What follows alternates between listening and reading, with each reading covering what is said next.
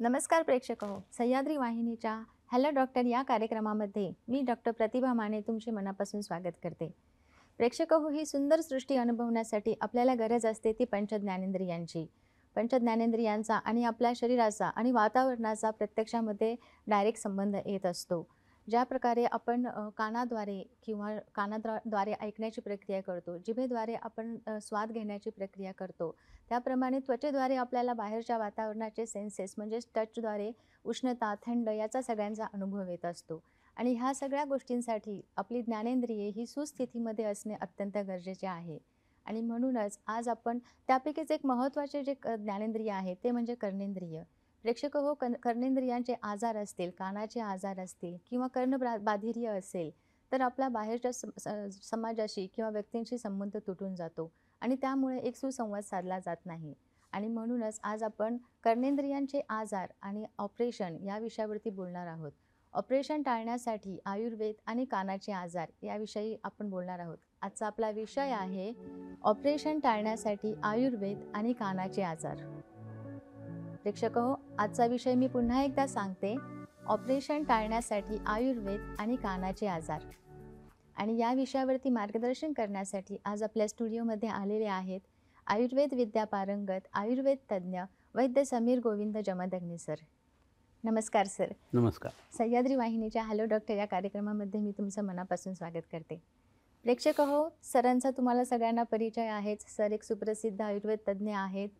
फक्त महाराष्ट्रातच नव्हे तर संपूर्ण भारतामध्ये सरांना खूप चांगल्या प्रकारे ओळखले जाते. पण तरीसुद्धा सरांचा थोडक्यात परिचय असा आहे. सर आपण गेल्या 35 वर्षापासून पुणे, मुंबई येथे यशस्वी आयुर्वेद चिकित्सक म्हणून कार्यरत आहात. तसेच श्री विश्ववती आयुर्वेद रुग्णालय कोल्हापूर येथील प्रमुख चिकित्सक म्हणून कार्यरत आहात.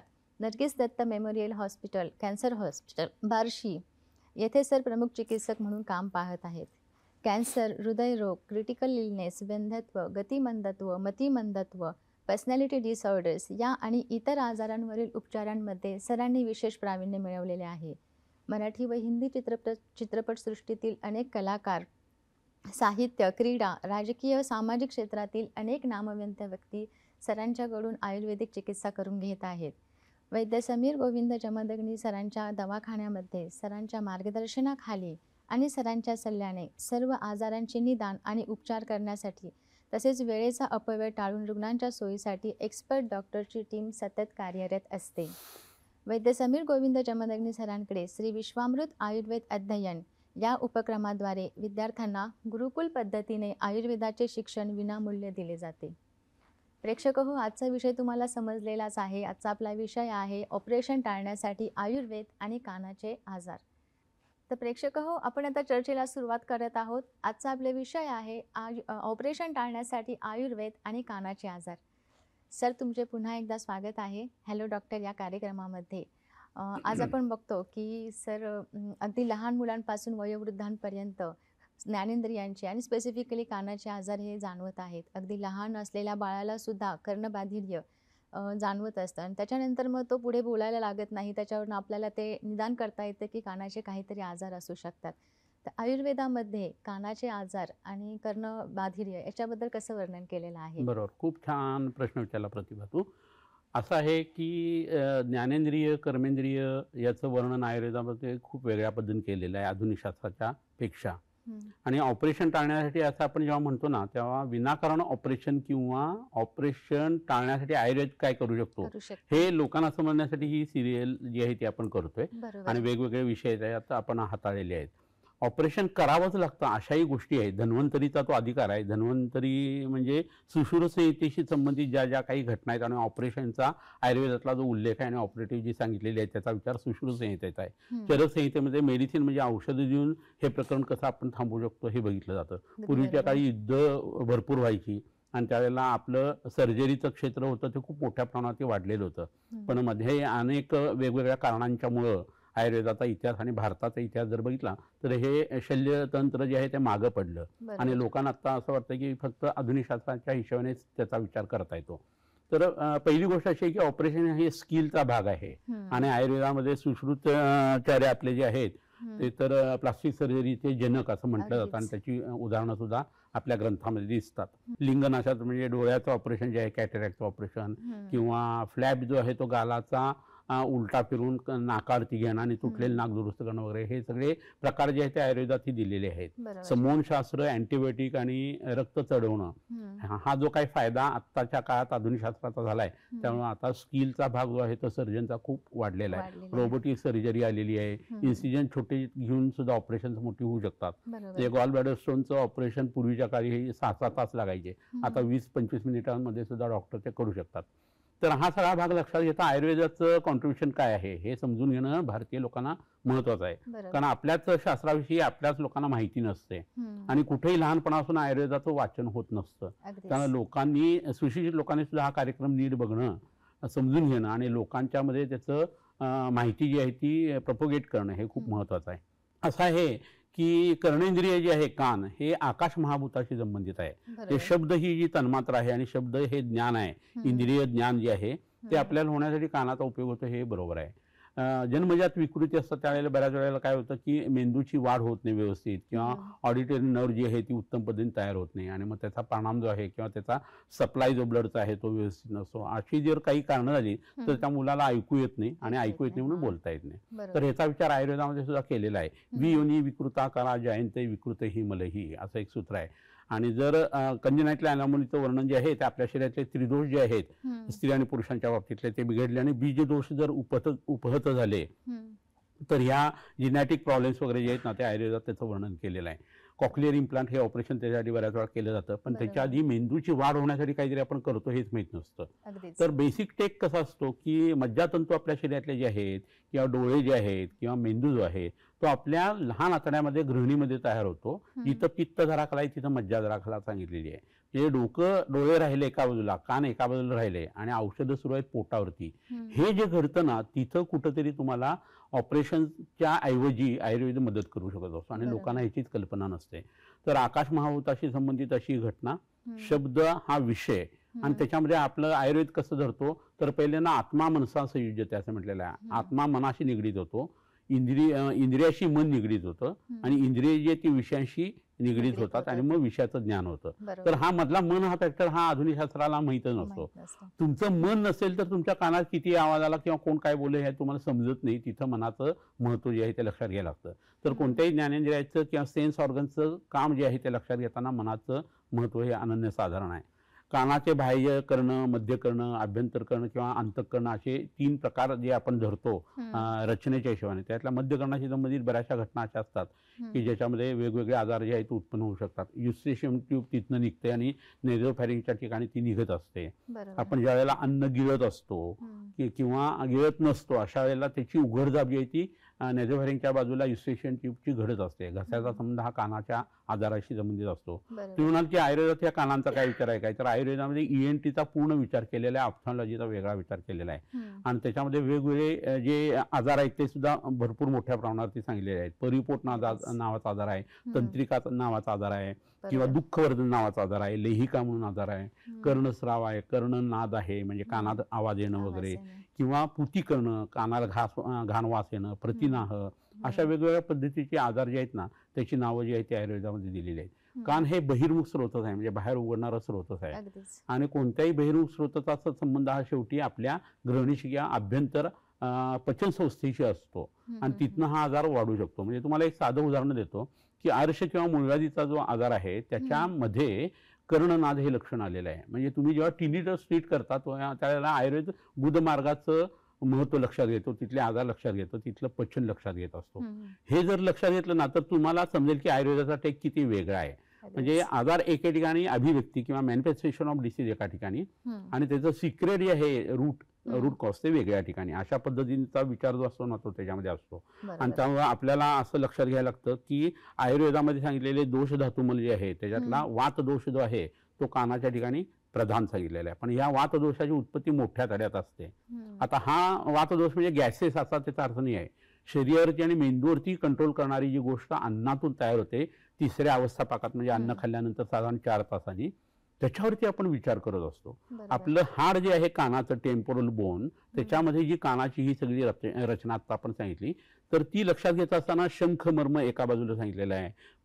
पुन्हा आपलं कवटीचं पुढचं जे हाड आहे फ्रंटल लोबच्या वरचं ते जे आहे त्याचा संबंध जो आहे तो कानाशी संबंधित असा धरलेला आहे. तिथले काही संधी जे आहेत ते सांगितले गेलेले आहे, तिथली मर्म सांगितली गेलेली आहे, शृंगाटक मर्माशी या गोष्टींचा संबंध आहे. तर हे जे सगळं प्रकरण जे आहे हे आयुर्वेदाचं वेगळं प्रकरण आहे आणि वेगळेपणा जो आहे आयुर्वेदाचा तो इथं आपल्याला दिसत असतो. तर हाडाची उत्पत्ती जर मोठ्या तड्यामध्ये जिथं पुरुष म्हणजे विष्ठा तयार होते तिथं तयार होत असेल तर तुम्हाला मूळव्याधीचा आणि मूळव्याधीच्या कारणांचा आणि मूळव्याधीबरोबर आयुर्वेद स्थूलपणा जो आहे ना तोही धरत असतो. त्याचा विचार हा कानाच्या आजारासाठी करायला लागतो.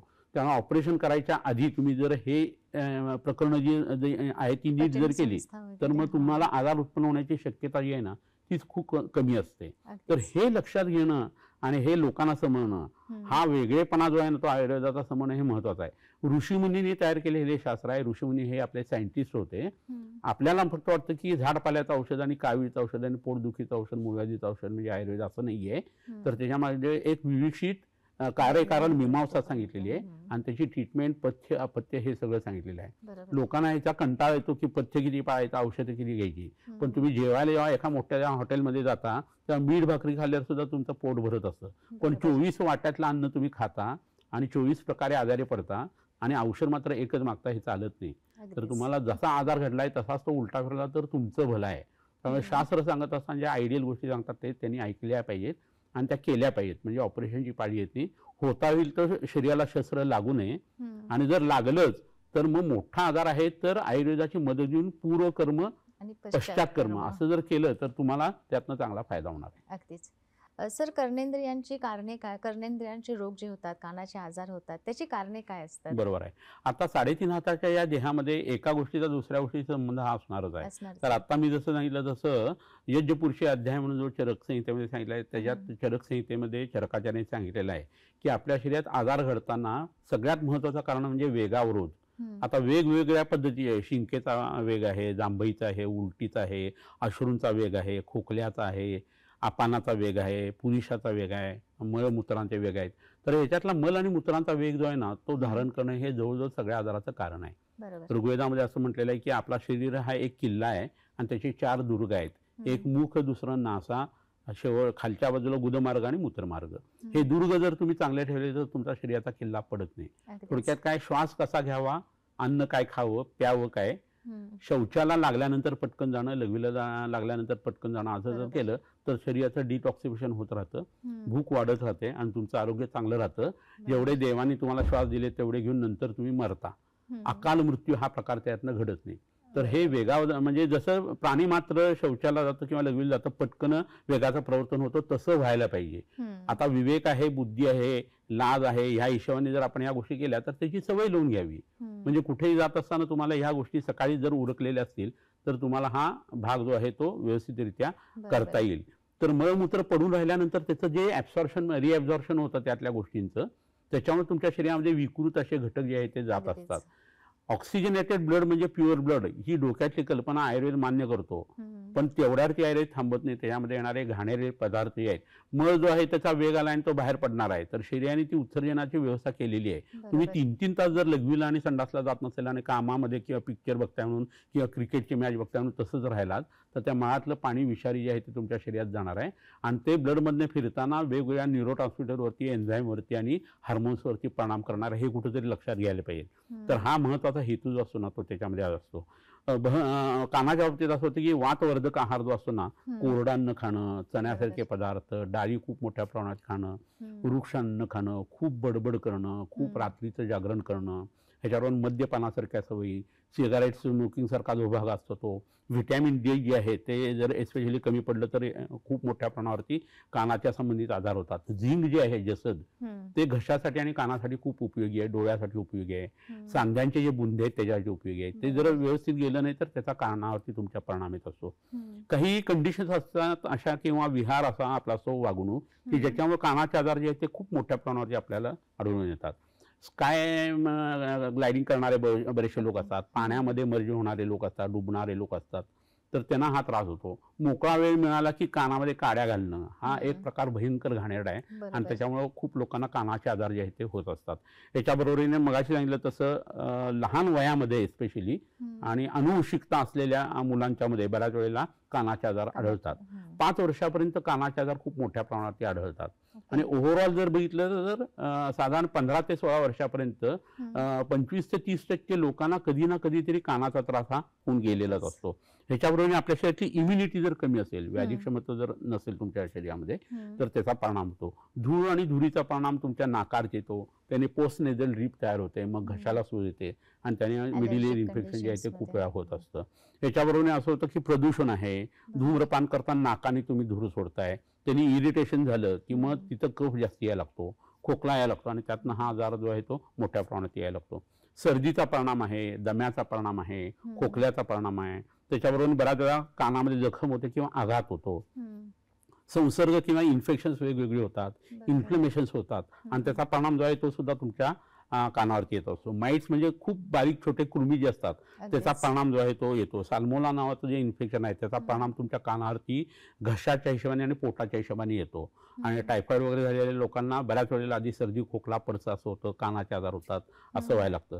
घशाचे खूप मोठे आजार जे आहेत ना ते आणि रिफ्लेक्स जो आहे म्हणजे अन्न खाल्ल्यानंतर ते वरती उचमळून येणं हा जो प्रकार आहे ना त्याचा परिणाम ही तुमच्या कानावरती येत असतो. तर ही कानाची अशी काही कारणं आहेत की ज्याच्यामध्ये वेगवेगळे आजार उत्पन्न करण्याचं सामर्थ्य आहे. कर्ण पिप्पली, कर्ण शशकुली नावाचा किंवा तंत्रकी नावाचा जो बाह्य कर्णाचा आजार आहे तो कंजेनायटल अॅनॉमलीमध्ये येत असतो. कान जो आहे तो कानातलं घातल्या कारणाने फाटणं आणि त्याच्यासाठी तुम्हाला प्लास्टिक करायला लागणं हा प्रकार जो असतो तो जड कानातलं घातल्या कारणाने किंवा विकृत धातूचं घातल्या कारणाने हे घडू शकतं. तर हे प्रकार जे आहेत ना ते लक्षात घेऊन त्याची चिकित्सा करताना औषधाचा भाग खूप मोठ्या प्रमाणात वापरता येतो आणि ऑपरेशन टाळता येतं. प्रेक्षक सरांनी कानाच्या आजारांची कारणे खूप चांगल्या प्रकाराने विस्ताराने सांगितलेली आहेत. आहार, विहार, आघातज कारणे आणि वेगवेगळ्या सवयी यामुळे कानाचे आजार वाढत जातात. ही चर्चा आपण अशीच सुरू ठेवणार आहोत, पण इथे वेळ झालेली आहे एका छोट्याशा विश्रांतीची. प्रेक्षक सर त्यांच्या प्रत्येक भागामध्ये आपल्याला आरोग्यविषयक टिप्स देत असतात. या टिप्सचीही आपण माहिती करून घेऊया. भेटूया एका छोट्याशा विश्रांतीनंतर. पाहत रहा आपला आवडता कार्यक्रम हॅलो डॉक्टर.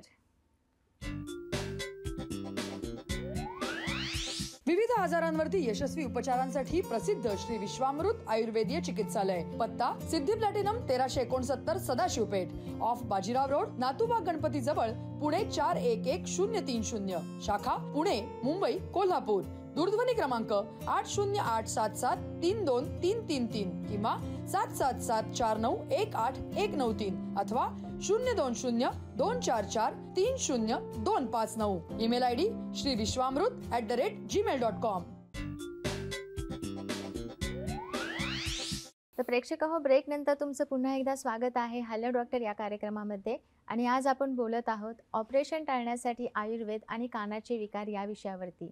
आणि या विषयावर मार्गदर्शन करत आहेत आयुर्वेद तज्ज्ञ, आयुर्वेद पारंगत वैद्य समीर गोविंद जमदग्ने सर. प्रेक्षक ब्रेकला जाण्यापूर्वी मी तुम्हाला बोलले होते की सर आपल्याला आरोग्यविषयक टिप्स देणार आहेत. तर या टिप्स अशा आहेत तुमच्या स्क्रीनवर. टिप नंबर 1, आवळा, हिरडा, बेहडा, गुळवेल, अडुळसा, किराईत आणि कडुनिंब यांचे भरड चूर्ण समप्रमाणात एकत्र करून ठेवावे. हे चूर्ण 2 चमचे आणि 4 कप पाण्यात घालून उकळून 2 कप काढा उरवावा. सकाळी व संध्याकाळी निम्मा निम्मा काढा मध घालून घेतल्याने रक्ताल्पता, कावीळ, नाकातून रक्त येणे आणि भूक कमी लागणे हे आजार 7 दिवसामध्ये कमी व्हायला मदत होते.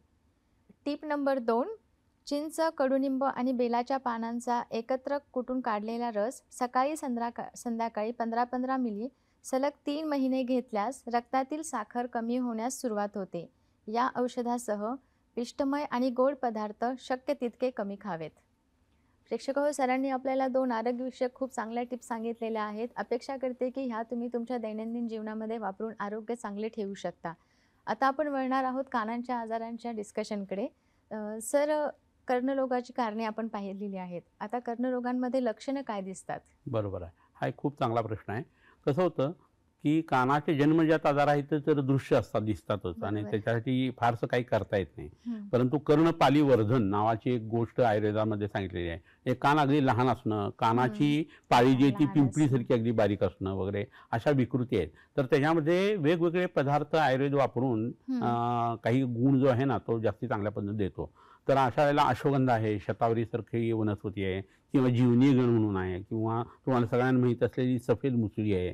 तर ह्याचं सिद्ध घृत जे आहे ते तिथे लावणं, त्या सुंठ हा एक पदार्थ असतो, त्याच्यामुळे ते डायजेस्ट व्यवस्थित होतं आणि ते कानाला लावलं जातं. कानाची कार्टिलेजेस वगैरे जे आहेत ना यांचं पोषण बाहेरून सुद्धा आपल्याला करता येतं असं आपल्याला कल्पना नसते. डिहायड्रेशन झालेल्या माणसाला आपण रिहायड्रेट करताना कधी हा विचार करत नाही की अंगाला दूध त्याच्यात चोळावं. तर मांडीतून दूध इतकं शोषलं जातं आणि एखादा माणूस जो शॉकमध्ये जाणार आहे तो पोटावाटे त्यावेळेला पाणी घेऊ शकत नाही, उलट्या होतात किंवा बेशुद्ध पडलेला असतो किंवा जुलाब होत असतो, त्यावेळेला अंगाला तुम्ही दूध चोळून बघा.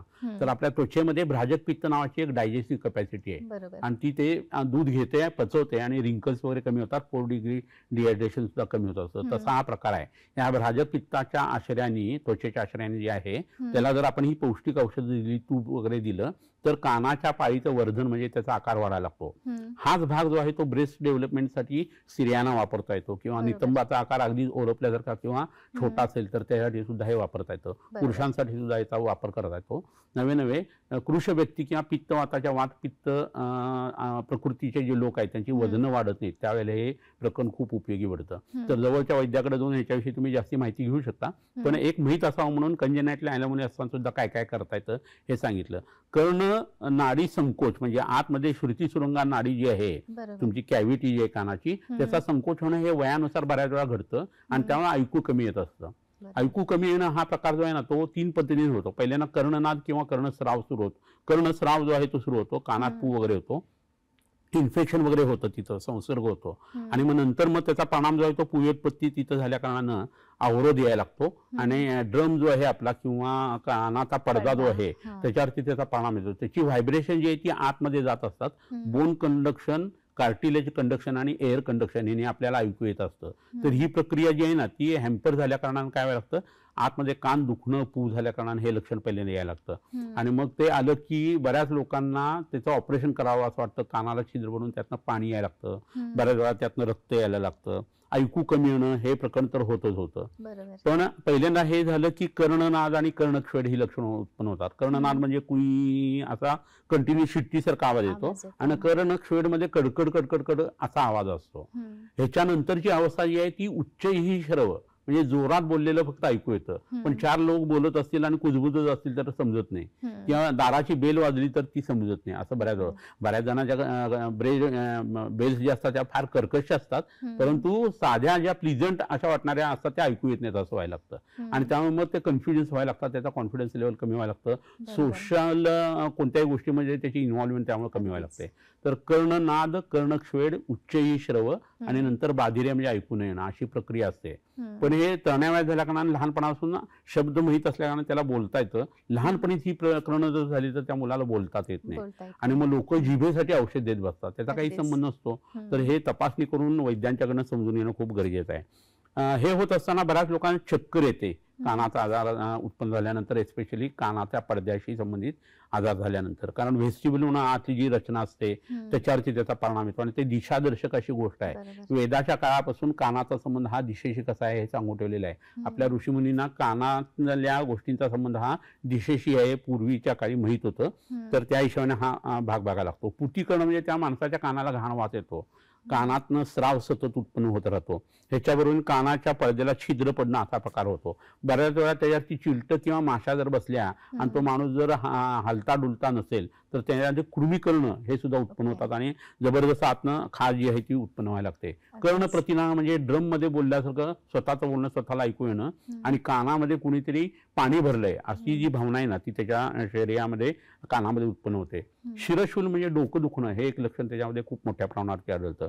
बऱ्याच वेळेला हा भाग घडत असताना चेहरा जो आहे तोही दुखतो आणि आपल्याला अशी शंका येते की सूर्यावर्त किंवा अर्धावभेदक अर्धशिशी वगैरे नाही आहे ना, तर त्याचा विचार डिफरन्शियल डायग्नोसिस मध्ये आपल्याला करायला लागत असतो.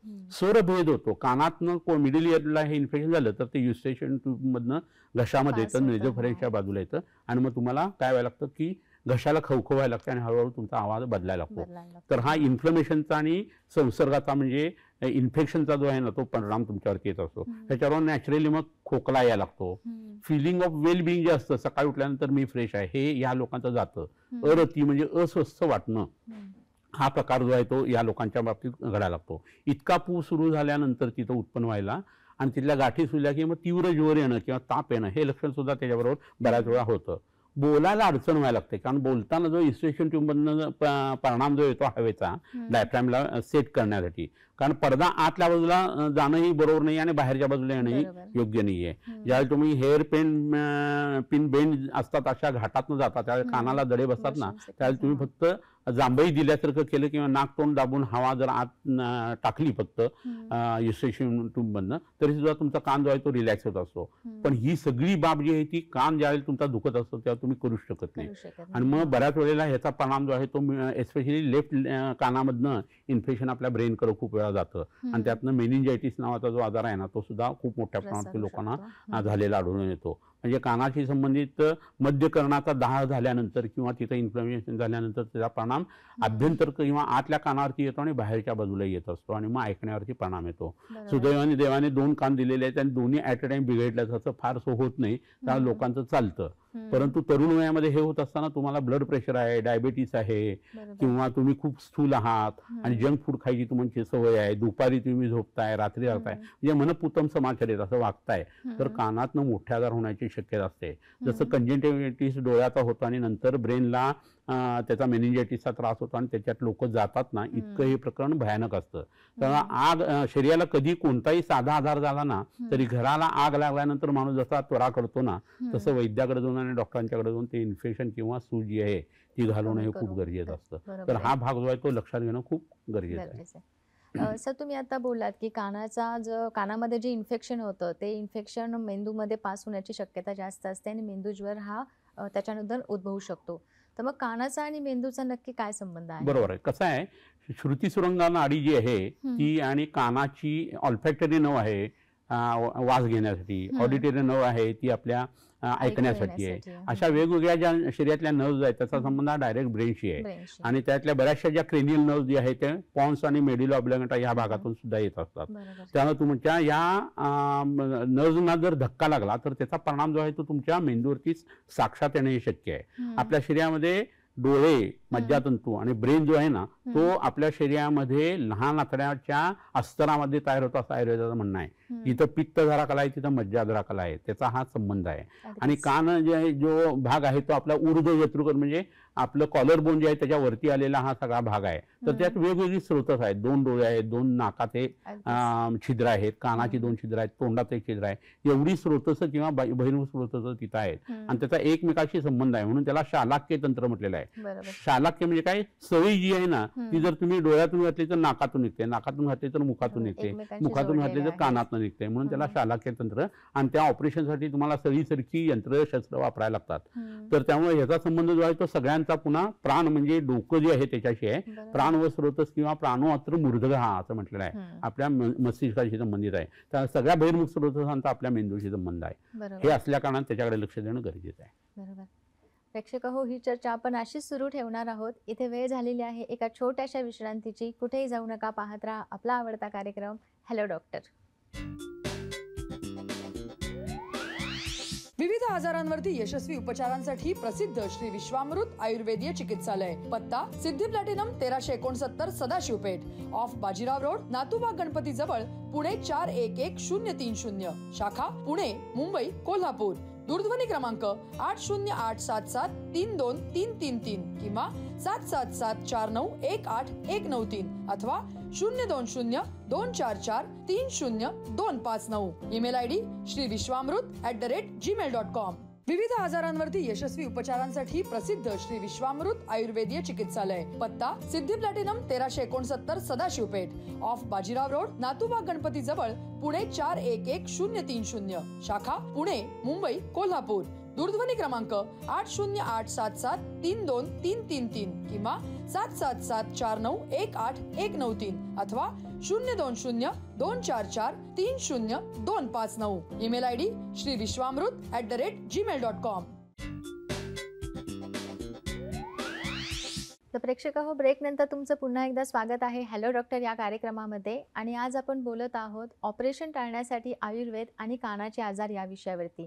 आणि या विषयावर आपल्याला मार्गदर्शन करत आहेत आयुर्वेद तज्ज्ञ, आयुर्वेद पारंगत वैद्य समीर गोविंद जमदग्नी सर. प्रेक्षक हो, सर आपल्या प्रत्येक भागामध्ये आपल्यासाठी खूप आरोग्यविषयक चांगल्या टिप्स घेऊन येतात. तर आपली पुढची टिप आहे भोकर म्हणजेच श्लेष्मांतक याच्या पानांचे किंवा सालीचे चूर्ण पोल्टिसमध्ये घालून बगंदरावर दररोज सलग 14 दिवस पोल्टिस केल्यास आणि त्यासह कैशोर गुगुळ, सूक्ष्म त्रिफळा आणि गंधक रसायनाच्या गोळ्या सकाळ दुपार संध्याकाळ 1-1-1 घेतल्यास बगंदराच्या जखमा भरून येण्यास मदत होते.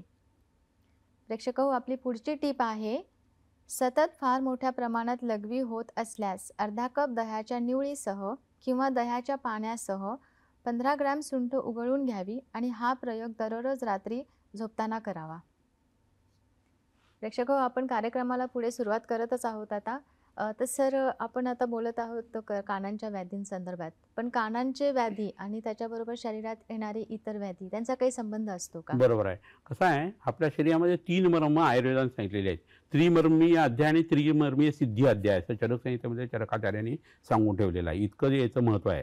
मस्तिष्क, हृदय आणि वृक्क किंवा बस्ती ह्या हिशोबाने त्याच्याकडे बघायला लागतं आणि याचं इंटरलिंकिंग आहे. म्हणजे आता कसं होतं, मस्तिष्काचा डॉक्टर आधुनिक शास्त्रात वेगळा असतो, रिडक्शन सायन्स झालेला इथे, आणि हृदयाचा विचार करणारा वेगळा असतो आणि किडनीचा वेगळा असतो. वैद्याला असं करून चालत नाही, त्याला ऍट अ ग्लान्स या तिघांचा विचार करायला लागतो आणि तसा तो असतो. त्यामुळे मस्तिष्काची ऑपरेशन झाली की त्याचा परिणाम हृदयार्थी किंवा वृक्कार्थी येऊ शकतो. वृक्काचं ऑपरेशन झालं तर हृदयार्थी आणि मस्तिष्कार्थी येतो. तर ही फिजिओलॉजी जी आहे ना, ती आधुनिक शास्त्राला अजून कल्पना नाहीये आणि त्याचा आयुर्वेदात दोष धातू मला हिशोबाने विचार केलेला आहे. जवळच्या वैद्याकडे जाऊन हे समजून येणं खूप गरजेचं आहे. आणि ही ऑपरेशन करताना तुमचं हृदयाचं समजा करोनरी आर्टरी ऑपरेशन होणार आहे किंवा बायपास होणार आहे तुमची किंवा प्लास्टी होणार आहे किंवा नुसती ग्राफी होणार आहे, तरी सुद्धा तुम्ही ब्रेनला आणि किडनीला प्रोटेक्शन देऊन हे जर केलं तर तुम्ही त्यातनं व्यवस्थित बाहेर पडू शकता आणि तुमच्या इतर गोष्टीला त्याचा त्रास होत नाही. असंच मस्तिष्काच्या बाबतीत, असंच किडनीच्या बाबतीत. तर भाग असा आहे की आपल्या शरीरामध्ये कान हा जो भाग आहे ना, तो शंख या हाडामध्ये शंखास्ती जेव्हा येतो आणि हे थिननेस बोन आहे आपल्या स्कलचं. तर ऍक्सिडेंट वगैरे होताना तुम्हाला काही जरी झालं तरी तुम्ही फक्त हात जे आहे ते दोन्ही बाजूला घट्ट पकडून जर कानाला प्रोटेक्शन दिलं तर मरण्याची शक्यता ही जवळजवळ 70% कमी येते. तर हे व्यवधान असणं खूप गरजेचं आहे. आणि त्यामुळे आयुर्वेदामध्ये तेल अंगाला रोज लावायला सांगितलंय. अभ्यंगम आचरित नित्यम, आपण दिवाळीला कधीतरी लावतो, पण तुम्ही रोज 4-5 दिवस तेल लावायला लागला ना तर तुम्ही 3-4 वर्ष तरुण झाल्यासारखं तुम्हाला फिलिंग येईल. आणि त्यात जर डोक्याला तेल लावलं, कानाला जर तेल लावलं आणि औषधी तेल वैद्याच्या सल्ल्याने कानामध्ये जर घातली, कारण हा अवयव कशाचा आहे, वायू अधिक आकाश या 2 महाभूतातून तयार झालेल्या वात दोषाचा आहे. आणि त्याला स्नेहनी पहिली ट्रीटमेंट आहे आणि स्वेदनी दुसरी ट्रीटमेंट आहे. तर ही हीट सेंटर्स आहेत शरीरातली, तिथं तुम्ही तेल जर लावलं तर तुमच्या कानाचा अस्थिचा जो भाग आहे तो सक्षम होतो आणि शब्द तन्मात्रा जी आहे ती शेवटपर्यंत तुम्हाला साथ देते आणि म्हातारे झाले तरी तुम्हाला ऐकू यायला लागतं. तर म्हातारपण टाळण्यासाठी जे उपचार, रसायन उपचार सांगितलेले आहेत ना, त्या दिनचर्या आणि ऋतुचर्यातल्या बऱ्याचशा गोष्टी तुम्हाला वापरता येतात आणि तुमचं वय तुम्हाला रोधून ठेवता येतं.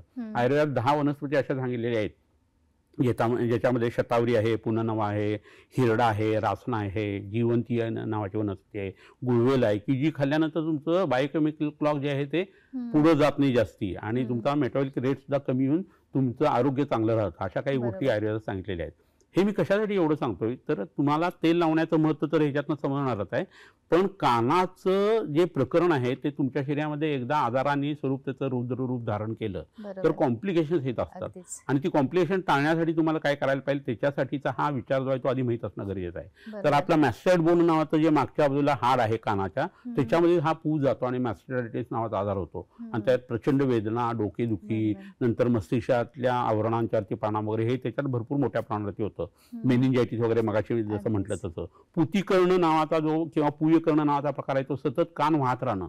15-15 वर्ष लोकांना त्या अश्वत्थामासारख्या जखमा कानातल्या बघितलं गेलं ना की अक्षरशः वाईट वाटतं. आणि साधा प्रकार आहे की नुसतं पोटीच जरी केलं ना त्यांनी आणि ते जर पोटीच भोकराची साल घालून आता ज्या टीप मध्ये सांगितलं तसं जरी केलं ना तरी कोणत्याही सुजेचा परिणाम जो आहे तो चांगल्या पद्धतीने कमी येतो. बरोबर. आणि व्रणरोपण करणारी औषधं वापरली की ते लोक बरे होतात. जखमा पण भरून लोकांना येतात. कल्पनाच नसते, हा. म्हणून हे सांगितलं. पुढचं म्हणजे बाधिर्य, म्हणजे कानाचा आजार झाला की नंतर हळूहळू तुम्हाला ऐकू येणं हे प्रकरण जे आहे ते खूप मोठ्या प्रमाणावरती कमी होत जातं. आणि देवाची ही सोय आहे की डोळ्याला दिसू नये, कानाला ऐकू नये. हे जसं व्हायला लागलं की तरुण रक्ताला वाव देणं, त्यांचं बोलणं तुम्हाला नाही ऐकू आलं तरच बरं आहे, अशी परिस्थिती आहे म्हणून देवाने योजना केली असेल. पण तुम्हाला चांगल्या गोष्टी आणि कीर्तन भगवंताचं ऐकता यावं असं जर वाटत असेल तर बाधिर्य येणं हा काही त्याच्यासाठी उपचार नाहीये. तर ते बाधिर्य जे आहे ते कॉम्प्लिकेशन मध्ये तुम्हाला लक्षात घ्यायला पाहिजे. त्याच्याबरोबरीनं तुमच्या पडद्याला कायमस्वरूपी छिद्र जर पडलं तर हे कॉम्प्लिकेशनच आहे कानाच्या आजारांचं. त्यामुळे कानाची ही प्रकरणं जी आहेत ना ती खूप मोठ्या प्रमाणावरती तुम्हाला धोकादायक सुद्धा ठरू शकतात. म्हणून तुम्ही त्याचा विचार जो आहे तो वैद्याकडे जाऊन करायला पाहिजे. बरोबर. सर, मग आता कानाचं ज्याला ऑपरेशन करायची वेळ येते, मग असं कोणत्या कोणत्या आजारामध्ये आपण ऑपरेशन करू शकतो आणि आयुर्वेदानुसार त्याचा कसा विचार केलेला बरोबर आहे. कसं आहे, आता कान म्हटल्यानंतर कानाचा डॉक्टर कधी मोठ्या तड्याचा विचार करत नाही. त्यामुळे पहिल्यांदा आपण असं लक्षात घेऊया की कानाला उत्पन्न होणाऱ्या आजारामध्ये आयुर्वेद वेगळं काही विचार करतो की ज्याच्यामुळे तुम्ही ऑपरेशन टाळू शकता. हे समजणं खूप गरजेचं आहे. तर आपल्या शरीरामध्ये मोठा तड, शौचाचा मार्ग आणि मळ जो आहे त्या मळातला जो स्नेह आहे ना तो मज्जेचा स्नेह म्हणजे ब्रेनचा स्नेह म्हणून सांगितलेला आहे. आणि या मस्तिष्काशी संबंध कानाचा आहे. तर तुमच्या शरीरातली विष्ठा जी आहे ती चांगली व्हायला गेली तर तुमचा कान चांगला होऊ शकतो, तुम्हाला ऐकून येण्याची कॅपॅसिटी चांगली होऊ शकते. तर हे प्रकरणच लोकांना माहीत नसतं. तर तुम्ही जे अन्न खाताय ते 4 तासांनी जिथं जाऊन पचतं त्या तृतीय अवस्था पाकात जो चांगल्या पद्धतीचा वातदोष उत्पन्न व्हायला पाहिजे आणि कटू विपाकाचा मळ उत्पन्न व्हायला पाहिजे तो होणारं खाणं पिणं वागणं तुम्ही करायला पाहिजे. हा पहिला भाग. तर कानाचं ऑपरेशन तुमचं टळू शकतं. दुसरा वातदोष जो आहे त्याचं स्थान म्हणून आपण पक्वाशय कटिशक्ती श्रोत्राची स्पर्शनेंद्रियम स्थानम वातस्य तत्रापि पक्वाधनम विशेषतः असा एक श्लोक दिलेला आहे. त्यामध्ये श्रोत्रासी म्हणजे काय, आपल्या कानांचं जे हाड आहे ते. तर ते वाताचं ठिकाण असेल तर वाताचे सगळे उपचार तुम्ही करायला पाहिजे. मोठ्या तड्यावरती काम करायला पाहिजे, बस्ती वगैरे घ्यायला पाहिजे, अंगाला तेल लावायला पाहिजे, कर्ण पुरणी करायला पाहिजे, औषधी जी आहे ते. मूळव्याध झाल्यानंतर त्याच्यामध्ये कर्णनाद कर्णक्षेड हे लक्षण आहे. तर मूळव्याधीची संप्राप्ती म्हणजे पॅथोफिजिओलॉजी जे तुम्हाला समजायला पाहिजे. आणि गुदमार्गात जरी आरशा असतील तर तुम्हाला कानाचा आजार होणार आहे याचं ते द्योतक आहे आणि त्यासाठी तुम्हाला आरशाची ट्रीटमेंट देणे खूप गरजेचं आहे. आता आरश हा म्हणजे मूळव्याध जो आहे ना तो आयुर्वेद नेहमी सवल्याबरोबर लक्षात घेतो. वजन वाढलेलं आहे, वेट गेन ह्याच्याशी संबंधित. तुम्ही म्हणाला असं का करतो आयुर्वेद, तर शौचाच्या मार्गात कोंब उत्पन्न होऊन शौचाला नीट न होणं आणि गॅस नीट बाहेर न पडणं हाच प्रकार इंडियन टाईप ऑफ कमोड वरती बसून एखादा माणूस जर शौच करत असेल तर त्याच्या शरीरातला जो भाग मेदाचा आहे तो आतमध्ये येतो. त्याची एन्क्रोचमेंट जी आहे ती एनल कॅनलमध्ये येते आणि तिथं फॅट येतं आणि तात्पुरता मूळव्याधीसारखा परिणाम येतो. म्हणून आयुर्वेद नेहमी आर्ष म्हणजे मूळव्याध आणि स्थूलपणा याचा एकत्र विचार करतो. या दोघांची औषधी ही यकृतावरती काम करणारे असतात. फॅट मेटाबॉलिझम सुधारतो आणि त्या लोकांचा आरशही कमी होतो, स्थूल सुद्धा कमी येतं, कानाचे आजारही त्याला होत नाही. तर हा टेक जो आहे तो लक्षात जर घेतला तर त्याचा परिणाम जो आहे तो तुम्हाला ह्याच्यासाठी वापरता येतो, ऑपरेशन टाळण्यासाठी वापरता येतो. नाक आहे, डोळे आहेत, तोंड आहे, कान आहे, या सगळ्यांचं इंटरलिंकिंग मगाशी आपण बघितलं. तर कानाची ट्रीटमेंट करता तुम्ही फक्त कानाची करू नका. डोळ्यामध्ये घालायची अंजन जी ती विनागण सांगितलेली नाही आयुर्वेदाने, डोळे चांगले दिसावे म्हणून. चक्षुष तेजोमयम तसे विशेषा श्लेष्मणो भयम असं सांगितलेलं आहे. कफाचा त्रास तुमच्या डोळ्याला होऊ नये, तुम्हाला मोतीबिंदू होऊ नये, दृष्टी चांगली राहावी हा एक भाग. आणि डोळा हा मज्जेचा आहे, ती मज्जा आपल्या आतड्यामध्ये तयार होते. तिथं वैश्वानर नावाचा अग्नी आहे आणि प्रत्येक आजार हा पोट बिघडल्याने जर होत असेल आणि अग्नी मंद होऊन होत असेल तर डोळ्यात अंजन घातल्या कारणाने तुम्हाला भूक चांगली लागते. हा आयुर्वेदाचा विचार म्हणून त्याला दिनीच्या देत ठेवलेला आहे. तसंच नाकामध्ये टाकायचं औषध जे आहे ते नासाही शीर्षोद्वारम म्हटलेलं आहे. मज्जेवरती त्याचा परिणाम होतो, विष्ठेतल्या स्नेहावरती त्याचा परिणाम येतो आणि तुम्हाला कानाचे आजार होत नाही. तोंडामध्ये गंडूश म्हणजे तोंडामध्ये तेल धरण्याचा परिणाम सुद्धा असाच येत असतो. तर हे जर सगळं तुम्ही लक्षात घेतलं ना तर तुम्हाला असं जाणवेल की आयुर्वेदाचा टेक खूप वेगळा आहे आणि ह्या गोष्टी करायला लागल्या की कानाचा त्रास जो आहे तो कमी व्हायला लागतो. आता ऑपरेशन केव्हा करावं लागतं, तर ऑपरेशनचा भाग केव्हा यायला लागतो, तर तीव्र वेदना आहेत, किती औषध दिलं तरी त्याचा परिणाम जो आहे तो रुग्णावरती येत नाही. रक्तस्राव कानातून होतोय, खूप भरपूर मोठ्या प्रमाणात येतोय. ह्याच्यावरून इम्बॅलन्सिंग जे आहे ते खूप मोठ्या प्रमाणात त्या व्यक्तीचं जर होतंय. पूर्ण बाधीने म्हणजे दोन्ही कान जे आहे ते खराब होण्याची शक्यता आहे ती उत्पन्न व्हायला लागलेली आहे. वारंवार हा त्रास जो आहे तो होतो, थांबला की पुन्हा होतो, थांबला की पुन्हा होतो, की लोक त्याने कंटाळून जातात. मिडल इयर जो आहे त्याच्या आतमध्ये जे सिस्ट वगैरे बनायला लागले ना तर त्याचा परिणाम जो आहे ना तो सुद्धा असाच होतो. ह्याच्या बरोबरीनं कानाच्या पडद्याला जखमा होतात आणि तिथे कॅल्शियम साठायला लागतं. असं झालं की त्याचा परिणाम जो होतो आतली जी नाडी आहे किंवा ट्यूब जी आहे त्यालाही सूज येते आणि ती आकार असायला सुरुवात होते. त्याचा परिणाम जो आहे तो ऐकू येण्यावरती होतो. त्याची क्वालिटी जी आहे ती खराब व्हायला लागते. नाकाची हाडं जशी वाढतात ना तसे कानातली हाडं सुद्धा वाढू शकतात. त्याचा परिणाम जो आहे ना तो सुद्धा लक्षात घ्यायला लागतो. कर्णस्राव तो इतका हट्टी असतो की तुम्ही स्नेहन करा, स्वेदन करा, नस्य करा, विरेचन करा, डॉक्टरची औषध घ्या, तो हटत नाही आणि तो कान तसाच वाहत राहतो. तर त्याला मस्तिष्कावरचे परिणाम होऊ नये म्हणून सुद्धा हे करायला लागतं. उपद्रव जे आहेत ना म्हणजे कॉम्प्लिकेशन्स ती येऊ नयेत म्हणून सुद्धा आपण हे करू शकतो, करायला लागतं. आणि सगळ्यात महत्त्वाचं म्हणजे हल्ली लोकांची सुबत्ता एवढी वाढलेली आहे की काही लोक खूप घाबरतात सुई टोचून घ्यायला सुद्धा. आणि काही लोक असे असतात की त्यांना सुबत्ता असते आणि ते म्हणतात माझं ऑपरेशन करून टाका. तर त्यांची हौस असते म्हणून सर्जनला बऱ्याच वेळा करायला लागतं. असाही प्रकार व्यवहारात दिसतो. तर ह्या सगळ्या गोष्टीमुळे ऑपरेशनकडे लोक युजली वळतात. बरोबर. प्रेक्षक हो, ऑपरेशन करण्यासाठी कोणते उपाय करू शकतो हे सरांनी खूप चांगल्या पद्धतीने सांगितलेलं आहे. मेन म्हणजे तुमची पचनसंस्था जर चांगली असेल, तुमचं खाल्लेलं अन्न जर व्यवस्थित पचत असेल, मूळव्याधासारखे त्रास असतील, हे त्रास जर कमी झाले तर ऑटोमॅटिकली आपण आजाराकडेच म्हणजे कानाच्या ऑपरेशनकडे त्याच्यावर नियंत्रण आणू शकतो. त्याच्यासाठी तुमचा आहार विहार ह्या 2 गोष्टीसुद्धा खूप महत्त्वाच्या असतात. ही चर्चा आपण अशीच पुढे सुरू ठेवणार आहोत. इथे वेळ झाली एका छोट्याशा विश्रांतीची. पाहत रहा आपला आवडता कार्यक्रम हॅलो डॉक्टर. विविध आजारांवरती यशस्वी उपचारांसाठी प्रसिद्ध श्री विश्वामृत आयुर्वेदीय चिकित्सालय. पत्ता Siddhi platinum 1369 Sadashivpeth, off Bajirao road, Natubag Ganpati जवळ, पुणे 411030. शाखा पुणे, मुंबई, कोल्हापूर. दूरध्वनी क्रमांक 8087732333 किंवा 7774918193 अथवा 02024430259. ईमेल आयडी श्रीविश्वामृत@gmail.com. विविध आजारांवरती यशस्वी उपचारांसाठी प्रसिद्ध श्री विश्वामृत आयुर्वेदीय चिकित्सालय. पत्ता Siddhi platinum 1369 Sadashivpeth, off Bajirao road, Natubag Ganpati जवळ, पुणे 411030. शाखा पुणे, मुंबई, कोल्हापूर. दूरध्वनी क्रमांक 8087732333 किंवा 7774918193 अथवा 02024430259. ईमेल आयडी श्रीविश्वामृत@gmail.com. तर प्रेक्षक हो, ब्रेकनंतर तुमचं पुन्हा एकदा स्वागत आहे हॅलो डॉक्टर या कार्यक्रमामध्ये. आणि आज आपण चर्चा करत आहोत कानाचे आजार आणि ऑपरेशन टाळण्यासाठी आयुर्वेद या विषयावर. आणि आज आपल्याला मार्गदर्शन करत आहेत आयुर्वेद तज्ज्ञ, आयुर्वेद विद्या पारंगत वैद्य समीर गोविंद जमदग्ने सर. सर, आपण आता ऑपरेशनवर बोलत आहोत. ऑपरेशन करायचं तर काय करायचं वगैरे. तर मग ऑपरेशन करण्यासाठी आयुर्वेदानुसार पूर्वकर्म आणि पश्चातकर्म याचा कसा समावेश करता येईल? बरोबर आहे. कोणतंही ऑपरेशन करायचं झालं ना आणि ती प्लॅन सर्जरी जर करायची असेल तर आपल्याला खूप वाव असतो. ऍक्सिडेंट झालाय, पडलाय कुठेतरी, इमर्जन्सी आहे, तर जो काळ आहे त्यावेळेला ते करायला लागतं. पण अदरवाईज लोक जसं मुहूर्त बघून, वेळ बघून, दिवस बघून वगैरे करतात ना, तसं त्यांनी करावं. श्रद्धेचा भाग आहे. आणि श्रद्धेमुळे जर मन बळकट होत असेल तर विषादो रोगवर्धनानाम श्रेष्ठा म्हटलेलं आहे. मी सगळी तयारी केलेली आहे आणि पंचांग सुद्धा बघितलंय. असं झालं तर ती मनाची पॉवर वाढणार असेल करून द्या विचारायला, काही हरकत नाही. परंतु जर तुम्ही प्लॅन सर्जरी करणार असाल तर विसर्ग काळ आणि आदान काळ असे 2 काळ सांगितलेले आहेत. आदान काळामध्ये काय असतं, ग्रीष्म ऋतू वगैरे ज्या वेळेला असतो ना, उन्हाळा वगैरे, त्यावेळेला आपल्या शरीरातली ताकद निसर्ग खेचून घेत असतो. आणि विसर्ग काळ आता जो थंडीचे दिवस चालले त्याच्यात निसर्ग आपल्याला ताकद देत असतो. असं जर असेल तर तुम्ही विसर्ग काळात ऑपरेशन करा. निसर्ग ताकद देत असल्याने तुमच्या जखमा भरून येतात, रक्त फारसं चढवावं लागत नाही, भूक पटकन लागा लागते, संमोहनाचा परिणाम तुमच्यावरती फारसा येत नाही आणि तुम्ही पहिल्यासारखे पटकन होऊ शकता. तर पहिले ना हा भाग लक्षात घ्यायचा की थंडीच्या दिवसामध्ये हे करणं खूप चांगलं आहे. नारळाचं खोबरं जे आहे ते मोठ्या प्रमाणावरती तुम्ही पोटामध्ये घ्यायला सुरुवात करा की तुमचं रक्त कसदार व्हायला लागेल, तुम्हाला रक्त देण्याची गरज पडणार नाही. त्रिफळा गुग्गुळ, कैशर गुग्गुळ आणि अमृता गुग्गुळ ही 3 औषधं जी आहेत ना ती तुम्ही गुग्गुळ कल्प हे तुम्ही पोटात घ्याच. ते घेतल्या कारणाने काय होतं, शरीरामध्ये तुमच्या जखमा पटकन भरून येतात, वेदना उत्पन्न होत नाहीत आणि तुमच्या शरीरातलं रसरक्त मांस जे आहे ना ते चांगलं वाढीला लागतं.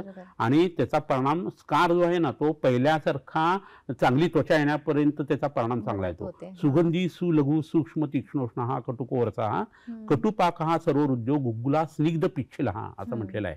तर तुमची जखम शुद्ध करून पुन्हा स्निग्ध पिच्छिल गुणांची भरून सुद्धा आणतो आणि कुठलाही अंतर्बाह्य व्रण त्यांनी चांगल्या पद्धतीने भरून येतो. ह्याच्यावर ब्रह्मचर्याचं पालन करा, स्त्री असो अगर पुरुष. तुमच्या शरीरामधल्या ज्या गोष्टी आहेत ना त्या शुक्र जर चांगला असेल आणि ते सर्व शरीरगामी शरीर आपल्या आयुर्वेदात धरलेलं आहे. जननेंद्रियाच्या ठिकाणी असलेले शुक्र हे अभिव्यक्त होणारा नाही, मूल उत्पन्न होण्यासाठीच आहे. पण प्रत्येक टिश्यूमध्ये किंवा सेलमध्ये चाललेले जे रिजनरेशन ऑफ टिश्यू आहे ते शरीरातल्या सर्वगामी शुक्रामुळे होतं. आणि शुक्राचा वेग हा संपूर्ण शरीरातून जननेंद्रियाच्या बाजूनं पुढच्या बाजूला येतो. ही प्रक्रिया जी आहे ती मैथुन कर्माच्या वेळेस घडत असते. तर ब्रह्मचर्याचं महत्व आहे. आणि ब्रह्मचर्य हे अष्टविध पद्धतीचं ब्रह्मचर्य जे आहे ना ते बघायला लागतं. आणि त्याचा विचार जो आहे तुम्ही नेटवरनं वगैरे ह्या गोष्टी करून बघू शकता. म्हणजे शरीरात एखादी जखम आहे आणि ती भावना तुमच्या मनात आली तर ती जखम जी आहे ती पुवाळू शकते. इथपर्यंत आयुर्वेदाने त्याचा विचार केलेला आहे. तर त्याचा विचार तुम्ही माझ्या मते करायला पाहिजे. संपूर्ण अंगाला पहिल्यापासून तुम्ही खोबऱ्याचं तेल लावायला सुरुवात करा. दुपारी जेवल्यानंतर तुम्ही झोपू नका. आणि रात्री तुम्ही जागरण जे आहे ते करू नका. प्रवास जे आहे ते शक्यतो टाळा. आणि हे करत असताना तुमचा आहार रसात्मक ठेवा. पहिल्यांदा तुम्ही भूक लागली की गोड खा, नंतर मग आंबट वगैरे गोष्टी आहेत, आणि सगळ्यात शेवटी कडू खा. आपले लोक काय करतात, सगळं खातात आणि नंतर आईस्क्रीम वगैरे खातात. ते सुद्धा स्वीट डेझर्ट आहे. म्हणजे ते रिफाईन कार्बोहायड्रेट आहेत त्याच्यामध्ये. म्हणजे जसं ज्या कुकीजमध्ये असतात किंवा केकमध्ये असतात वगैरे, मैद्यात असतात. हे रिफाईन कार्बोहायड्रेट म्हणजे प्रकरण काय आहे, तर ज्याच्यातलं अँटीऑक्सिडंट काढून टाकले, ज्याच्यातलं B12 काढून टाकले किंवा व्हिटॅमिन B काढलेलं आहे, आणि ज्याच्यातले फायबर काढलेले आहे. म्हणजे आपण काय कचरा खातोय अक्षरशः, पण जिभेसाठी आपण जगतो असं होतं. तर ह्या गोष्टी कृपा करून तुम्ही ज्यावेळेला ऑपरेशन होणार आहे ना त्यावेळेला करू नका.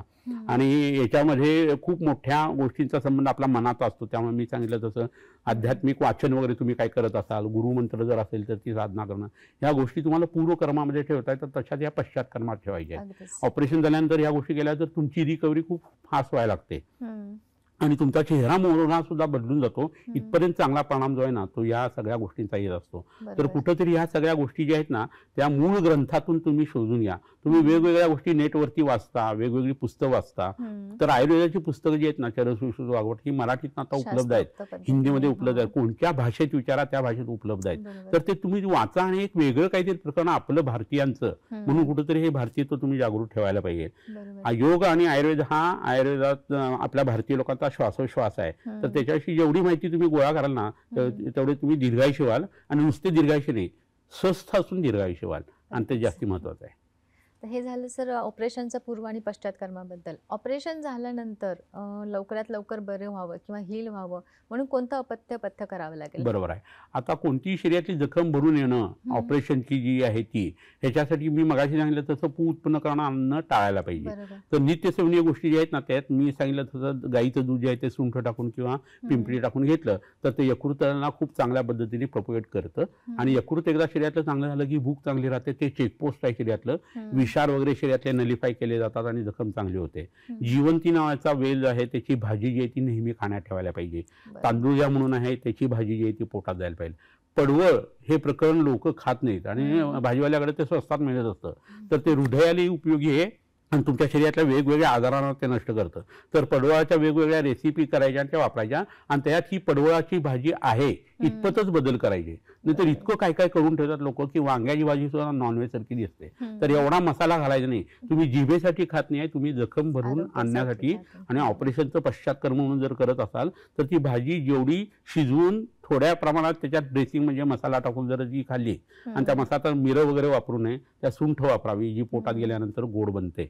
तर असे पदार्थ घालून तुम्ही कढीपत्त्याचा वापर करा, पुन्हा खोबऱ्याचा वापर करा. शेंगदाण्याच्या वेळी खोबरं घातलेलं कधी चांगलं.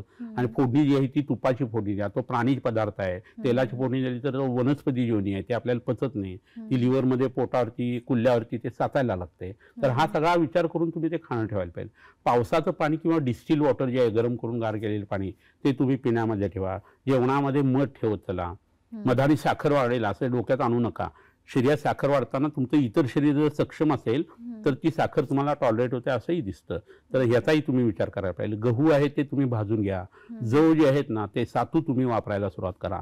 याच्याबरोबर तुम्हाला काकमाशी नावाची भाजी आहे, पुननव्याची भाजी आहे, आपल्या गुळवेलीच्या पानांची भाजी आहे. अशा जर गोष्टी तुम्ही घ्यायला लागल्या ना तर ऑपरेशन करायच्या आधी आणि नंतरच्या हा भाग जो आहे तो तुम्हाला खूप उपयोगी आहे. सर्वांगासन आसन नावाचा आसन आहे ते तुम्ही करायला सुरुवात करा. शंख मुद्रा म्हणून आहे ती बांधा तर तुमचं पोट चांगलं व्हायला लागेल. महाबंध आणि महावेदबंध म्हणून आहेत त्याचा वापर तुम्ही करा. तर इतक्या गोष्टी आपल्याकडे आहेत की ज्यामुळे तुमचं ऑपरेशन जे आहे ना ते हसत खेळत होऊन जाऊ शकतं. ऑपरेशन टाळताना मी हा विषय सांगतोय. म्हणजे ह्या दोन्ही गोष्टी आम्ही 40 वर्ष पाहिलेल्या आहेत, म्हणून लोकांशी हे शेअर करण्याचा प्रसंग येतोय की जिथं आपले लोक बरेचसे निर्बुद्ध आहेत अजून, आणि सुशिक्षित लोक सुद्धा निर्बुद्ध आहेत, म्हणून या सगळ्या गोष्टींचा प्रपंच आपण करतोय. तर अंगाला तेल लावण्याचा मगाशी प्रकार सांगितला, त्या तिळाचं तेल लावा किंवा खोबऱ्याचं तेल लावा. पण तूप अंगाला लावलं ते धर्मविरुद्ध आहे. बऱ्याच लोकांना असं वाटतं की तूप अंगाला लावू नये, ते चांगलं नाही. तर तुम्ही तूप अंगाला लावून बघा तुमच्या स्किन मध्ये काय फरक पडतो. शस्त्रम धी स्मृती मेधाग्नी बलायू शुक्र चक्षुषाम असे त्याचे गुण सांगितलेले आहे. शस्त्र म्हणजे पथ्यकारक आहे, औषध आहे, आणि तुमची धी धृती स्मृती त्यांनी चांगली होते. ब्रेनची ॲट्रॉफी वगैरे सुद्धा त्यांनी कमी प्रमाणात व्हायला लागते, आणि तुमचं त्वचेपासून बुद्धीचं तेज जे आहे ना आणि सौंदर्य जे आहे ते वाढायला लागतं. तर या गोष्टीची कल्पना नसते, जवळच्या वैद्याकडनं तुम्ही ती करा आणि त्याचा वापर करून घ्या. सर, हे झालं ऑपरेशन संदर्भात, पण एकंदरीत कानाचे आजार टाळण्यासाठी किंवा भविष्यामध्ये कानाचे आजार होऊ नये म्हणून योगोपचार, प्राणायाम आणि आसनांचा कसा उपयोग करता येईल? आता मी सांगितलं तसं काही बंद वगैरे सांगितले, आसनं काही सांगली. प्राणायामामध्ये जर सांगायचं झालं तर उष्णता ज्यांच्या शरीरात जास्ती आहे त्यांनी शीतली आणि शीतकारी प्राणायाम हा जो आहे ना, तो तुम्ही कोणत्या तरी तज्ञ अशा व्यक्तीकडे जाऊन तो शिकायला पाहिजे. आणि योगासनं करत असताना आणि प्राणायाम करत असताना त्याच्या आधी नियम आहेत, हे कुठे लक्षात ठेवायला पाहिजे. तर नियम जर वाचले, ऐकले, चोरी करू नये, खोटं बोलू नये, तर तिथंच आपलं घोडं जे आहे ते पेन खातं. तिथून सुरुवात केली तर मन आणि शरीर बदलायला लागतं, आहार बदलायला लागतो, आणि मग आसन सिद्ध व्हायला लागतं. एकाच आसनामध्ये 2.5 ते 3 तास बसता आलं तर ते आसन सिद्ध होतं, आणि त्याचा तुम्हाला उपयोग आहे. आणि त्याच्याबरोबर तुम्ही मग प्राणायाम करायला लागला तर त्याचा परिणाम चांगला येतो. की जो मन आणि आत्मा याला आणि शरीराला जोडणारा दुवा आहे, तर तो निखळून पडला तर काय होईल, अनुबंध नष्ट होईल. आणि अनुबंध हा आयुष्याचा पर्यायी शब्द आहे, म्हणजे तुम्ही नष्ट होऊ शकता. तर या गोष्टी जे आहेत ते पेटलेलं वारा आहे, ते कसं हाताळायचं हे चांगल्या शिक्षकाकडनं तुम्ही शिकून घ्या. आणि त्या शिक्षकाची परीक्षा करा आधी, त्यांनी कुठं शिकलेलं आहे आणि काय शिकलेलं आहे. ते पुस्तक वाचून शिकलेल्या व्यक्तीच्याकडे या विद्या घ्यायच्या नाही आहेत, आणि त्याचा वापर तुम्ही करायला पाहिजे. तर हा जो भाग आहे तो योगासनांच्या बाबतीत आणि प्राणायामाच्या बाबतीत आपण सांगितला. अन्नाचाही विषय जो आहे तो आपण बघून झाला. ह्याच्याबरोबर आयुर्वेदातल्या ज्या गोष्टी आहेत त्यामध्ये स्नेहन म्हणजे पोटीच करणं, त्याने उत्तम पद्धतीने फायदा होतो आणि जखमा पटापट भरून यायला सुरुवात होते. नंतर रसकर्पूर किंवा गंधक जे आहे त्याचे काही कल्प असतात, ते कानामध्ये सोडले तर आतली जखम जी आहे ती भरून यायला सुरुवात होते. संधानीय गण म्हणून एक गण सांगितलेला आहे, तो जर वापरला तर छिद्र जे पडलेलं आहे टिम्पॅनिक मेम्ब्रेनला ते सुद्धा भरून येण्याची शक्यता जी आहे ती वाढू लागते. शंख प्रदेशी जर तुम्ही जळवा लावल्या आणि तिथनं रक्तमोक्षण केलं तर त्याचा परिणाम तुम्हाला चांगला येतो. विद्धकर्म म्हणून सांगितलेला आहे, त्याचा वापर तुम्ही करू शकता. सोन्याच्या सळीचा वापर करून काही ठिकाणी अग्निकर्म करू शकता. ह्याच्याबरोबर कानाचा संबंध हाडाशी आहे म्हणून तुम्ही बस्ती करू शकता, विरेचनाचा वापर करू शकता. तर हे सगळं प्रकरण तुम्हाला उपलब्ध आहे, पण त्याची कल्पना नसल्या कारणाने लोक ते करत नाहीत आणि मग साक्षात ऑपरेशन कडे जातात. धूम्रपान जे आहे ते औषधी गोष्टींचं धूमपान केलं तर इन्फेक्शन कमी व्हायला खूप मदत होत असते. मग अशी सांगितलं तर नाकात टाकण्याची काही औषधं जी आहेत, कानात टाकण्याची काही औषधं आहेत, त्याचाही वापर आपण करून घ्यायला पाहिजे. ह्याच्याबरोबर काही आपण वनस्पती आणलेली आहेत, तर त्या माझ्या मते मी तुम्हाला दाखवतो की ज्याचा कानासाठी तुम्हाला उपयोग होऊ शकतो. तर तेही आपण माझ्या मते बघूया. कानाच्या आजारासाठी उपयुक्त असणाऱ्या वनस्पती सर आपल्याला आता दाखवत आहेत. तर ही जी वनस्पती आहे ही शिंदगी नावाची वनस्पती आहे. खजुरासारखं याचं झाड असतं, तर या पानांची राख तयार करून त्याचा क्षार तयार करायचा आणि त्यांनी त्याचं विविक्षित पद्धतीने बनवलेलं ते जे आहे ते कानामध्ये सोडलं तर टिनिटस नावाचा जो भाग आहे म्हणजे कानामध्ये आवाज येणं, ही प्रक्रिया खूप चांगल्या पद्धतीने कमी येते. हेच औषध पोटामध्ये क्षाराच्या स्वरूपात तुम्ही घेतलं तर मूळव्याधीसाठी आणि स्थूलपणा कमी होण्यासाठी याचा उपयोग होतो. तर अशी एक वनस्पती सांगितली. दुसरी वनस्पती भल्लातक किंवा बिब्बा, तुम्हाला सगळ्यांना माहित असलेल्या याच्या बिया आहेत पहा. तर या भल्लातकाचं तेल जे आहे ते पोटात घेण्यासाठी आपण वापरू शकतो. पित्त प्रकृतीच्या माणसाला शरद ऋतूमध्ये आणि उन्हाळ्यात आणि शक्यतो तरुण वयात हे वापरू नये, पण दुधाबरोबर हे जर वापरलं आणि त्याचा क्षीरपाक जर घेतला तर कानाचे अनेक आजार कमी होतात. यांनी ऑडिटरी नर्वला जो सप्लाय व्हायला पाहिजे स्नेहाचा तो उत्तम व्हायला लागतो. रक्त प्रवाह जो आहे तो सुधारू शकतो. आणि महामायरी घृत नावाचा एक चरसंहितेतला आहे, ते पोटात देऊन त्याचे जर बस्ती घेतले आणि नाभी पूरण केला आणि त्याच्यावर जर भल्लातक वापरला तर मग त्याला ऐकू न येण्याची प्रक्रिया जी ऑडिटरी नर्व सुकल्या कारणाने होते ना त्याच्यामध्ये ह्याच्यात खूप फरक पडतो. ह्याच्यासाठी 3-3 वर्ष हा प्रयोग करायला लागतो आणि त्याच्यावरती जलोकावचारण म्हणजे जवा लावणं हा प्रकार करायला लागतो. ह्याच्याबरोबरीनं आणखीन एक फळ इथं तुम्हाला सगळ्यांना माहिती आहे, हे बघितलेलं असेल तुम्ही. तर हे बिल्व आहे, श्रीफल ज्याला म्हणतात ना ते आहे. नारळ सुद्धा श्रीफल म्हणतात, पण ह्याला श्रीफल असं म्हणण्याचं कारण शरीराची श्री म्हणजे संपत्ती म्हणजे व्याधी क्षमता वाढणं हे आहे. बाल बिल्वच नेहमी वापरायचं आहे. पिकलेलं बेलफळ वापरू नका, ते पचायला दुर्धर आहे आणि त्यांनी मलावष्टंभ होण्याची शक्यता असते. तर या बिलवापासून तयार केलेले एक बिल्व तेल म्हणून जे आहे ते तरुणपणापासून जर तुम्ही कानात घालत असाल तर 60 नंतर एक एक इंद्रिय तुमचं जे पडायला लागतं, ऐकू येत नाही, दिसत नाही वगैरे, हे घडत नाही. तर नाकात हे घालणं, डोळ्यामध्ये घालणं आणि कानामध्ये घालणं, याच्यासाठी जवळच्या वैद्याचा सल्ला घ्या आणि याचा तुम्ही जरूर वापर करून घ्या. याचा दुसरा पर्यायी शब्द सदाफल असा आहे. म्हणजे आम्हाला बेलफळ मिळालंच नाही असं तुम्ही म्हणू शकत नाही. बेलफळाच्या मोठ्या झाडावरती बेलफळ हे नेहमी लागलेलंच असतं त्या वृक्षावरती, म्हणून याला सदाफल असं म्हणतात. दुसरी एक वनस्पती मी तुम्हाला इथं दाखवू इच्छितो आणि ती म्हणजे अश्वगंधा. तुम्हाला सगळ्यांना बऱ्याच वेळा माहिती आहे, याच्या पानांचं चूर्ण पोटात घेतलं तर ते स्थूलपणा कमी करतं. बिया जे आहे ते खाल्लं तर मधुमेहातली साखर ही कमी येते. आणि ह्याची जी मुळी आहे ना, ती अश्वगंधाची मुळी खूप उपयोगी आहे. ढोरगुंज आणि अश्वगंधा दोन्ही एक धरतात लोक, तसं नाही, त्यात थोडासा फरक आहे. आणि याचा वापर जो आहे ना तो जर केला तर कानाची ताकद जी ही शेवटपर्यंत चांगली राहते. ऑपरेशन झालेलं असेल तर जखमा भरून येण्यासाठी सुद्धा याचा खूप चांगला उपयोग होतो. ह्याच्याबरोबर आणखीन एक वनस्पती आहे, ती तुम्हाला मी बऱ्याच वेळा दाखवलेली आहे, ती शतावरी नावाची वनस्पती आहे. अश्वगंधेसारखेच ह्याचे गुण आहेत, पण ही थंड आहे, अश्वगंधा गरम आहे. तर ह्याच्या पानांचा वापर जो आहे तो डोळ्याच्या आजारासाठी होतो. आणि याच्या मुळांचं चूर्ण जे आहे ते गृहिणी म्हणजे लहान आतडं सुधारवतं आणि त्याचा परिणाम कानावरती, डोळ्यावरती, नाकावरती, जिभेवरती सर्वत्र येतो. मस्तिष्क ज्या वेळेला सुकत जातो वयानुसार, ब्रेन ॲट्रोफी, त्याच्या औषधामध्ये ब्रेन ॲट्रोफीच्या फॉर्म्युलेशन्समध्ये सुद्धा याचा वापर केला गेलेला आहे. अशी एक वनस्पती आहे. आणखीन एक वनस्पती इथं मी तुम्हाला दाखवतो आणि ती तुम्हाला सगळ्यांना माहीत असलेली रुई नावाची वनस्पती आहे. मांदार ज्याला म्हणतात, हे जे पांढरा आणि निळा अशा दोन प्रकार असतात आणि ह्याच्या मुळामध्ये गणपती असतो. कोणतंही झाड जर उपटून बघितलं तर डोकं, डोळ्याचा भाग आणि सोंड असा याचा आकार असतो.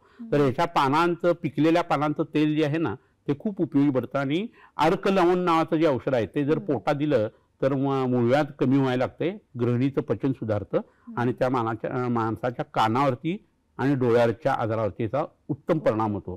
तर अशा ह्या काही वनस्पती आहेत. ह्याच्याबरोबरीनं तुम्हाला एक दुसरी गोष्ट दाखवती म्हणजे जलौका.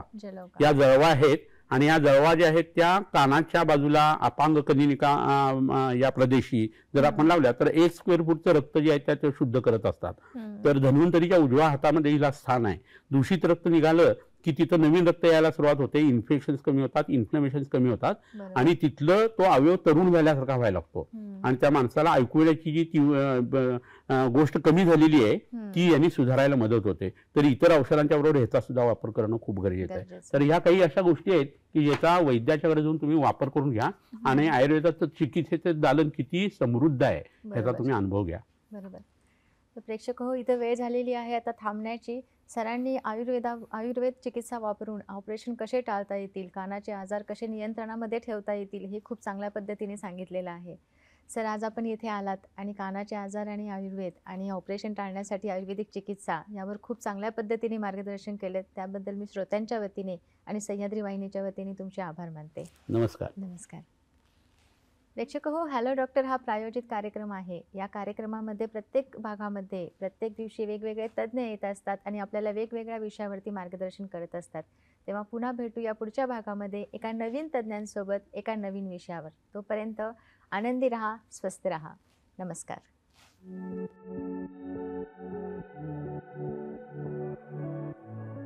विविध आजारांवरती यशस्वी उपचारांसाठी प्रसिद्ध श्री विश्वामृत आयुर्वेदीय चिकित्सालय. पत्ता Siddhi platinum 1369 Sadashivpeth, off Bajirao road, Natubag Ganpati जवळ, पुणे 411030. शाखा पुणे, मुंबई, कोल्हापूर. दूरध्वनी क्रमांक 8087732333 किंवा 7774918193 अथवा 02024430259. Email ID श्रीविश्वामृत@gmail.com.